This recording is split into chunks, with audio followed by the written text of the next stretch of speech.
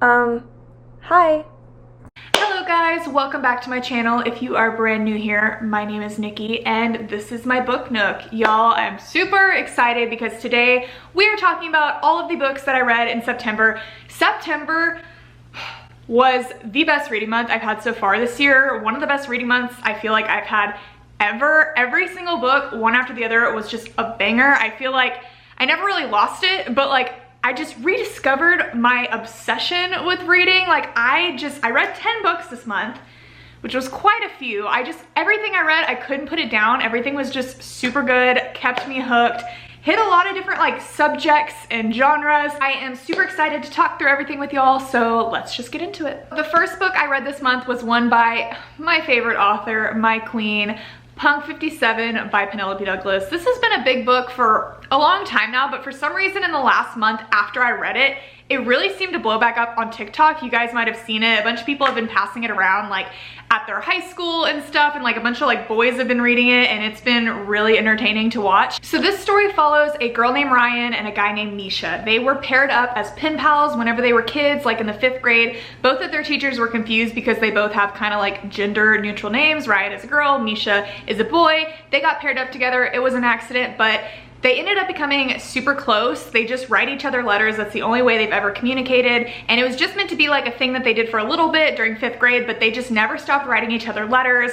They've become each other's kind of closest friend, even though they've never really met. They always made a pact to like never look each other up on social media or anything. Like they just wanted to keep it as it is, to kind of keep the magic, just handwritten letters and waiting for them to come and not knowing when they're gonna come. It kept their relationship kind of extra special. And Misha over the years has just become basically in love with Ryan. I mean, she just has always been really open and honest with him and talks about how she feels like she doesn't fit in and like doesn't understand why other girls are so like mean and why like popular kids are such jerks. And it's just something that they bonded over because Misha is like in a band. He also is a bit of like an outcast, and basically something happens at the beginning of this book where Misha ends up seeing Ryan out in public. He puts 2 and 2 together that this is her, and when he realizes that it's her, he hates her.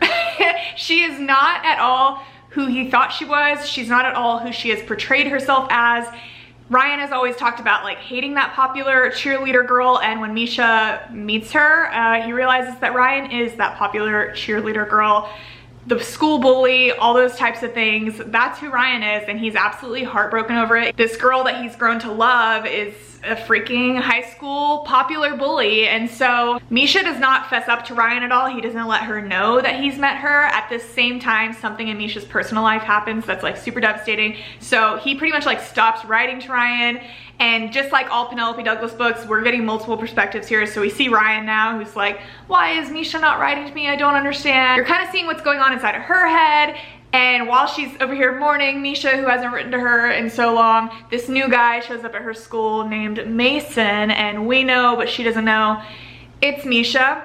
And Misha has pretty much made it his goal. He's not necessarily at the school for Ryan. We kind of figure out the whole book why he's come to the school, what's going on, like what the greater picture and plan is here, but he's definitely at the same time made it his mission to put Ryan in her place. And it's out of a place of anger, like her lying to him his entire life and their entire lives and their entire friendship, but more so just like, you're better than this. Why are you acting this way? I know the real you and nobody here does. This whole place is fake. You're fake. It's a grand old time, just like every Penelope Douglas book. Super spicy, super tense. The multiple perspectives makes it super interesting. I love and adored this book. It is really suspenseful and steamy, but like at the end of the day, had a fantastic message that I feel like everyone can relate to in one way or another. Absolutely loved it. Probably my favorite Penelope Douglas book so far. It's really hard to decide because I love her so much, but yes, Punk 57, 5 stars, absolutely grand old time. The next book I read in the month of September was It Happened One Summer by Tessa Bailey.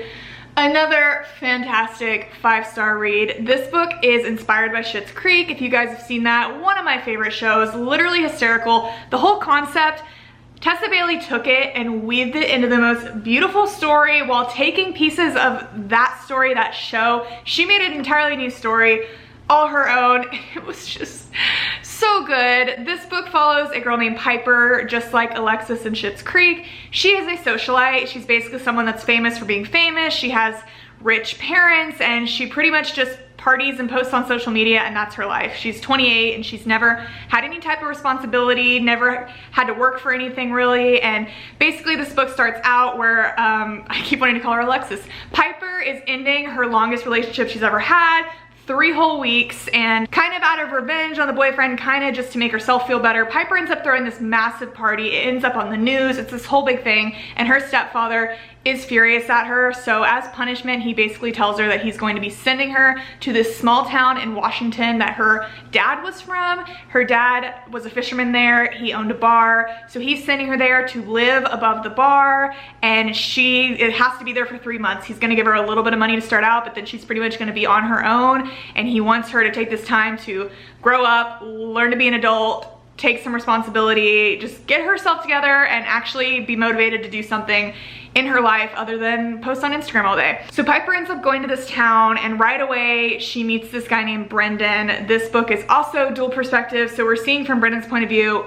He does not like Piper. He is not about her being here. He can tell right off the bat. She's a super spoiled, rich girl. She doesn't understand this town. This is a very small, tight-knit community, and she's coming in here with her stilettos and is gonna kind of look down on everybody, and he basically wants her out. He doesn't want her to be there, and so they butt heads in the beginning, but it's really just such a good story because like slowly you're seeing Piper just develop as a human being. You're seeing this like enemies to lovers sort of relationship happen between her and Brendan, her realizing what it's like to live in a small town that doesn't revolve around social media and parties, and being around people that actually care about you, and figuring out what's important to her in life. It was really just so cute, also very steamy. Oh my god, but really just like super wholesome. Again, a great message. I read this on a plane in basically one sitting, and I loved it so much. Another 5-star read for me. Thank you, Tessa Bailey. I'm definitely gonna be reading more from you soon. So to talk about the next book I read this month, I have to get a little bit somber for a second.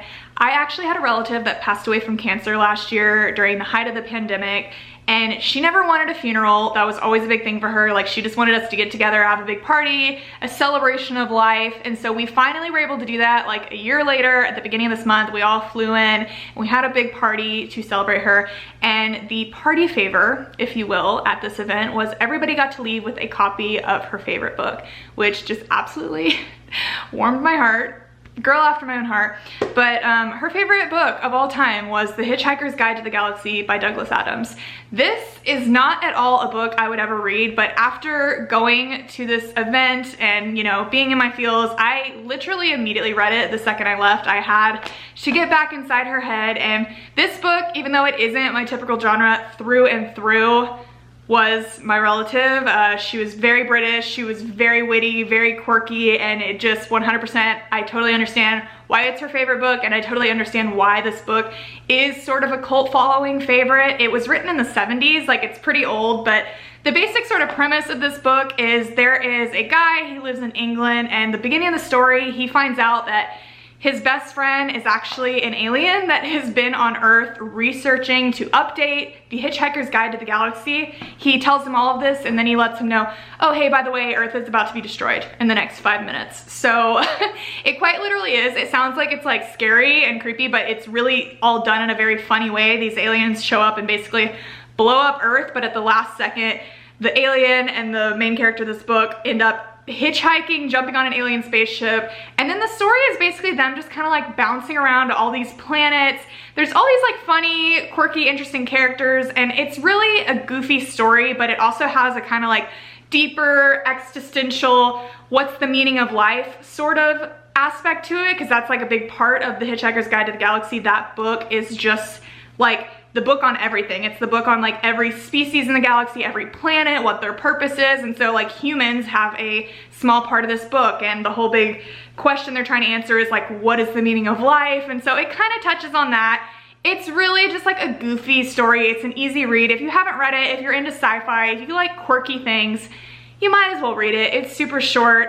It's not something I normally would have picked up, but I'm glad I read it, and it made me feel closer to my aunt. So yeah, that was the third book I read in the month of September. The next book that I read was one that I was so excited for and one that I've been wanting to read for a very long time, but it was very hard to get my hands on. It was literally sold out everywhere. It was on back order, but I waited and it was worth it. Coltie by Mariana Zapata. This book was a grand old time. She was thick. She was a slow burn. She kept me on the edge of my seat. I flew through her a lot quicker than I thought I would. And it was a great time. This story follows a girl named Salome Casillas. She is a professional soccer player in Houston, Texas, funny enough, where I'm from. Sal spent her entire childhood watching soccer, being a fan of soccer, and her biggest idol was always this man, Rainer Kulti. He was a player on the German team. Her entire family, I mean, the whole country was a huge fan of him. He's pretty much like the Messi in this book, the Cristiano Ronaldo. Is that his name? I don't know anything about soccer, but he is like the big star, and so she's always looked up to him. And now she's 27 or 28 and she is playing on a soccer team professionally in Houston, and she just finds out in the beginning of this book that their team is getting a new coach, and it is none other than Rainer Kulti. He has been retired for several years now, but now he's coming back to coach, and so she's like, oh my God, this man that I literally was in love with whenever I was 12, my biggest idol, he's now going to be my coach. Sounds all fun and good, but whenever Coltie shows up,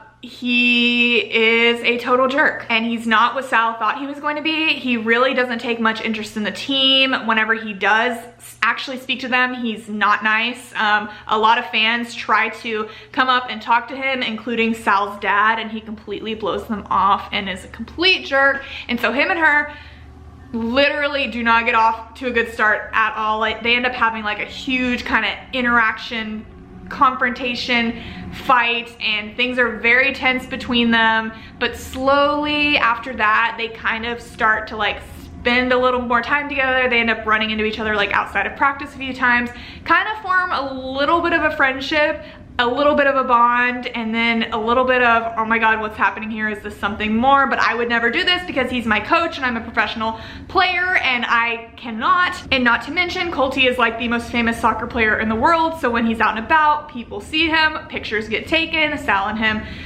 are spending time together as friends, and it's ending up in the news, and now Sal's teammates are like, what's happening here? That was such a ramble, but this book was just a really good slow burn, age gap, enemies to lovers, a little scandalous with the coach situation kind of moment, and I really loved it. Totally recommend it if you're into that kind of moment, and if you haven't checked out a Mariana Zapata book yet, I think this is a great place to start, and I already have ordered several other of her books because I gotta have more. The next two books I read this month were a series that absolutely took over my TikTok for a solid week, and I felt so left out. I had to join in on the fun. I read the Inheritance Game series. Book 2 just came out at the beginning of this month. So I did a reading vlog where I read both of these books. I totally recommend going and watching that. I did no spoilers for the first book, and then once I got to the second one, I did reveal spoilers because it was like impossible not to talk about them. But this story basically follows a girl named, why am I literally forgetting her name? This story follows a girl named Avery. She lived with a single mom, and her mom passed away of some sort of sickness about a year before this book takes place. Since then, she's moved in with her older sister, who's like 25-ish, doesn't have her life together either. They live in a really crappy apartment, have to scrape together all their money to pay rent every month. She has a boyfriend that's a little bit crazy. It's just like not a great situation. And the book starts out, Avery is at school and she gets called to the principal's office. Her sister is sitting there. Her sister's like out of school, so she's like, why are you here? And there's basically this boy sitting behind the principal's desk that's like 19 in a suit, very Chuck Bass-esque sort of moment. Pretty much informs Avery that his grandfather passed away a month ago, and they've been trying to get a hold of her this entire time because for whatever reason, Avery has been listed in his will. Avery has no idea who this man is. His name is Tobias Hawthorne. She's like, I've never heard of this man in my life. Why would be in his will? And he's like, I have no idea, but you need to come with me to Texas on this first-class flight tomorrow morning because we need to read the will. We've all been waiting for you. So Avery shows up at the mansion with her sister the next day. We learn that Tobias Hawthorne had 4 grandsons, one of which is Grayson Hawthorne, who we just met. There's also Jameson Hawthorne, which, oh my goodness, fell in love with him instantly. There is Xander, and then there is Nash. So 4 grandsons, and all the family has gathered to hear the will be read. It is instantly very Knives Out vibes. I totally it's very, very similar to that story, because whenever the will is read, we learn that literally everything was left to Avery. A tiny bit was left to like each of the grandsons, some of the help, but like essentially all of his money is going to Avery, and by all of his money, like $40 billion. Like, it doesn't make any sense. And so pretty much we learn shortly after that, most of the family is furious, doesn't understand. They're like, what did you have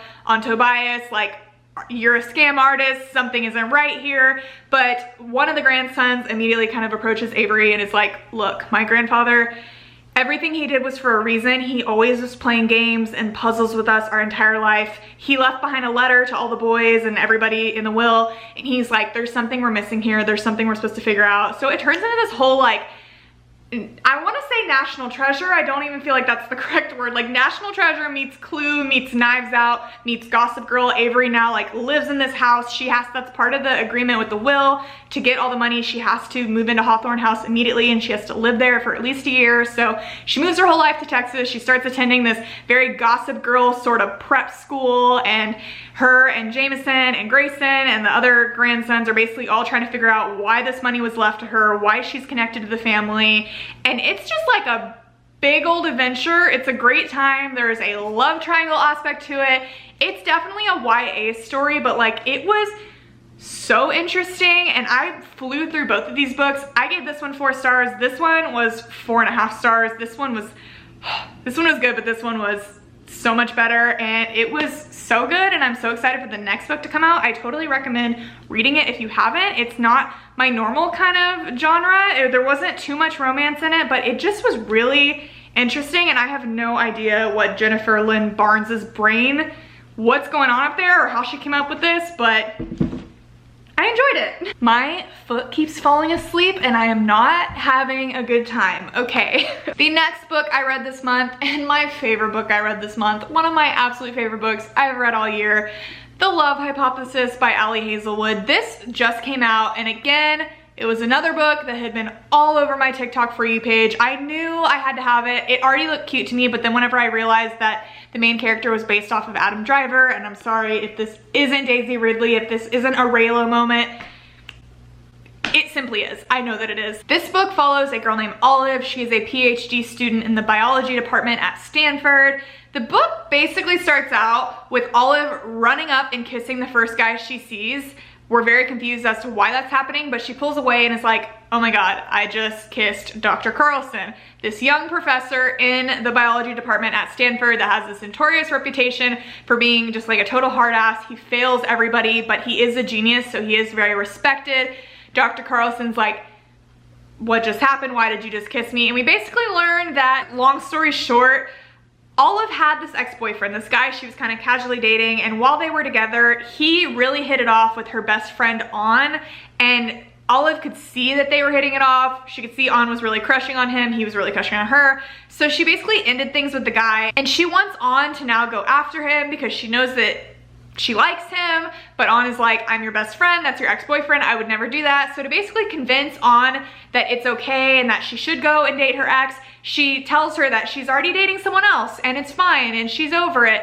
And On is like, really? Like, are you sure? I don't know. And she's like, yes, actually I'm going on a date with him tonight. But she's not, because there is no other guy. She instead goes to the lab to work, and whenever she's in there, On walks in, and so she freaks out because she's supposed to be on a date, and so that's why she turns around and runs and kisses the first person she sees, which just so happened to be Dr. Adam Carlson. Adam, as in Adam Driver, literally, moi, perfection. So basically, yeah, Adam's like, that was weird, okay, let's go about our lives now. After that though, because On saw it, and now she's dating Olive's ex-boyfriend, he finds out that Olive was kissing Dr. Carlson.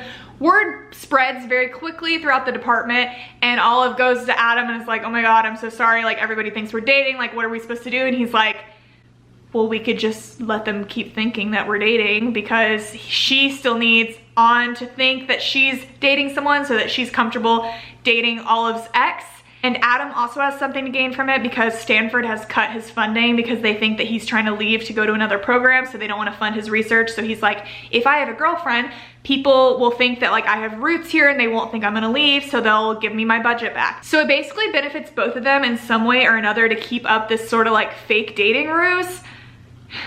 I know the fake dating trope has been done a million times over, but this was just so cute. The setting of it being like scientists, it just added this whole extra element to it, and it's just a really cute time. It ends up getting really steamy at one point, a little crazy, a plot twist happens that I never saw coming, and in the end, I just loved and adored this book, and I've literally been thinking about it since I finished it. So if you haven't read The Love Hypothesis yet, go do it. If it's not obvious, this was a total 5-star read for me. The next book that I read this month was The Kiss Quotient by Helen Hoang.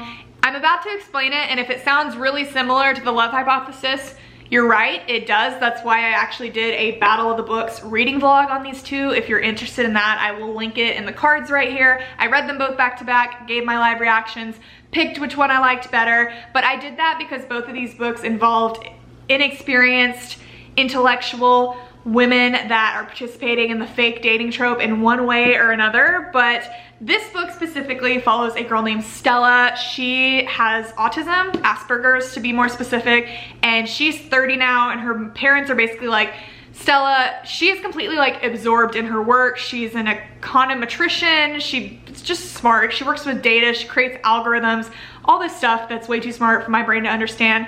But because she has Asperger's, like, she has tendencies to obsess on things. So the thing that she obsesses on the most in her life is work. She works like every single day, and also because of her Asperger's, she doesn't do very well in social situations. And her parents, basically the book starts out with her parents telling her, Stella, you're 30, we want grandchildren. You're still single, get it together. And the idea of grandchildren terrifies Stella because, again, she's not great with relationships, but she's especially not great when it comes to intimacy. She hasn't had much experience with that, and when she has in the past, it's just been really hard for her. So basically, in order to overcome this, she decides that she's gonna hire a male escort to teach her, because she really has more money than she knows what to do with. She's like, I'm just gonna go to the source, I'm gonna hire a professional, I'm gonna get lessons, and he's gonna teach me how to do this. And so that's where Michael comes in. He is the male escort. This book is dual point of view, so we see Michael's perspective along with Stella's. So Michael learns very quickly he has to take things very slow with Stella. She needs like a step-by-step instruction guide. They kind of go through these little lessons, but quickly they both realize Stella really doesn't need lessons in just the sexy stuff. She needs lessons in like how to have a relationship. So he basically agrees to kind of fake date her to teach her how to be in a relationship, and then other people end up getting involved. People end up seeing them out. Her parents end up needing her to have a date to go to this event. So before they know it, they're kind of like full-blown fake dating, but Stella's still like paying Michael, and it ends up getting to that point like all the fake dating tropes do of, what are we doing? Are we friends? Are we more? Are we faking it? Or am I actually feeling something for you? Michael, because we see his point of view, we realize he actually has like a lot of things in his life that have led him to where he is now. There's a reason he's a male escort. It's not what he wanted to do, but he has to do it for certain reasons. And yeah, it's a cutesy love story, to be honest. I didn't love this book. I think I gave it 3 stars. A lot of aspects of the story to me were like a little unrealistic, and even though it was cute, it just didn't slap in the same way as some other recent rom-coms have. I know a lot of people love this book. It was very steamy. There was a whole lot of that going on for sure, but yeah, it was okay. Next, I read The Swedish Oblivion, which is the first book in the Maid series by Danielle. I literally just posted my review on this book yesterday, I think, so if you want to go watch that, I'll also link it right here. This story basically follows a girl named Elena. This is a mafia romance. So Elena's father is very big in the mafia circle where they live in New York, and just like a lot of mafia romances, a very specific trope is involved in this book. Arranged marriage. Elena's sister is being promised to this man, Nicholas Russo. He is another one of the biggest kind of heads of the mafia within New York. He's like the youngest Don out of all of them. He's 29, and Elena does not like Nicholas at all. He goes by Nico, and whenever they meet for the first time, he has a reputation. He is notorious for being like the worst of the worst. He's done a lot of horrible things. He's a complete womanizer, and her sister has been promised to him, and her sister isn't really thrilled about it either, but you know, marriages in the mafia are a business transaction, so you just gotta do what you gotta do. But Elena does not intend to become Nico's friend, doesn't intend to get along with him, and they definitely start off as total enemies, but she can't, of course, deny that he's very attractive. And this again is a book that's dual point of view, so we're seeing Elena's perspective and Nico's perspective, and It's very tense, lots of slow burn, lots of angst, lots of banter and bickering, but it was a really great time. I really can't say too much else without spoiling it, but that's really all you need to know. If you're into dark romance, if you're into kind of bully romances, enemies to lovers, just do it. You won't regret it. I gave this 4 stars. It was good, not the greatest thing I've ever read, but definitely kept me on the edge of my seat. And the last book that I have read in the month of September, I feel like my tongue is numb at this point. I've been talking for so long. The Cheat Sheet by Sarah Adams. I actually have a little bit left of this book, but I'm actually filming this a day early, so I'm for sure gonna finish it within this month, but I will give you the basic gist of what I've read so far and where we're kind of at. This story follows a girl named Bree and a guy named Nathan. They have been friends for a very long time, since high school. They're now like in their mid-20s and they have remained friends throughout this whole time. Bree has been in love with Nathan for as long as she's known him. Now, present day, Nathan is a professional football player in the sort of NFL of this story, and Bree is a ballerina. They also did football and dance in high school, and that's how they ended up meeting. They would run together on the track at school, and now as adults, they still every week get together to run. They're best friends, they hang out all the time, and Bree has been absolutely in love and enamored with Nathan forever, but they've just kind of been in that friend zone for so long that she doesn't feel like she can step out of it, but she knows that there's no one she'll ever find that's like as good as Nathan. So they're in this like really tough spot. Nathan has never given her like any indication that they're more than friends, but at the same time, every time he gets a new girlfriend and she makes him choose between Bree and her, he always chooses Bree, and so it's just like a weird dynamic. This story also is dual point of view, so we learn very quickly that Nathan totally feels the same way Bree does. So they're both over here like secretly in love with each other, but both of them are too afraid to say anything because they don't want to wreck their friendship. They're each other's absolute best friends, so they're both like terrified to lose each other, so they just don't say anything and keep going on about their lives. Basically what happens in this book is Bree ends up getting super drunk at a party with Nathan and some of his fellow NFL teammates, and she ends up talking to this girl in the bathroom, not realizing that she's a reporter.